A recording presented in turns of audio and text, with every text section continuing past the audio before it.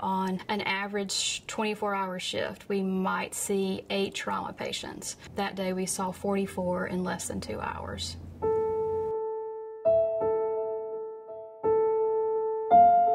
On April 26th, I went to bed watching the news, knowing that the weather was going to be bad the next day and I was going to get to go into work for that. I woke up the next morning and got ready, started driving to work. Had to pull off the road because of how strong the wind was and how heavy the rain. I actually called the night shift charge nurse. I asked her to read off the names of the people that I had on staff so that I could go ahead and make my assignment before I got there. And she told me that everything was still fine, that she had not heard from anybody who was going to be late. I'm a weather watcher, so I had been watching for a few days, that we could get some really bad weather. I had been talking back and forth to my mother, who was in Pleasant Grove. I was a little nervous that day. I had been before, but something about that day just felt really different to me. So as soon as we took rapport and responsibility for our day, we started taking care of some minor trauma patients that were weather related. And everybody was just already doing what they needed to do. That part was kind of took me back. I felt like I was going to have all this delegation to do, but I didn't. About 5 o'clock, Dr. Sarah Nafziger called me to see how things were in the ER and to see if we were aware of what was going on in Tuscaloosa, and asked me to find a television. And I stood there watching the television with her on my ear on the phone, and before I hung up, she said that she was on her way and that we needed to get ready. And then my mother called me and she said, "We've been hit, everything's gone, we're in the yard."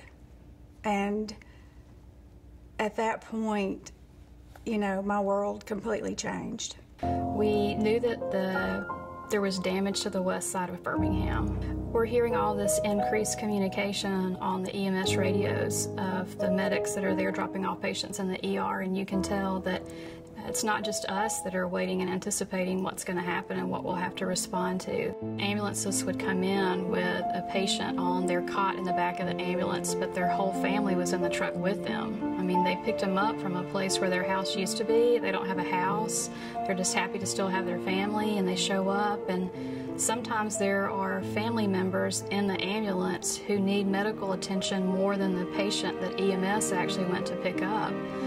I think I talked to my mom one more time after that, and she had told me that my daddy wasn't moving and he hadn't said anything, and I could hear her trying to get his attention or trying to say something. That luckily when they fell, they were laying face to face, and he had been injured pretty badly.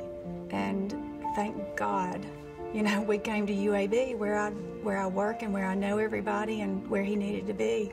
You go into a day like that with all that disaster and you think that you know what's going to happen. You think you know what the surprises are going to be. As we were getting ready for all of the patients to start to show up, it was actually the shift change. So we have handed off some of the responsibility to the night shift, but most of the day shift stayed to help take care of the influx of patients that were coming, even though we can't wait to get home and check on our own loved ones. They handled it very well. They did not seem like they had any doubts about what they needed to do.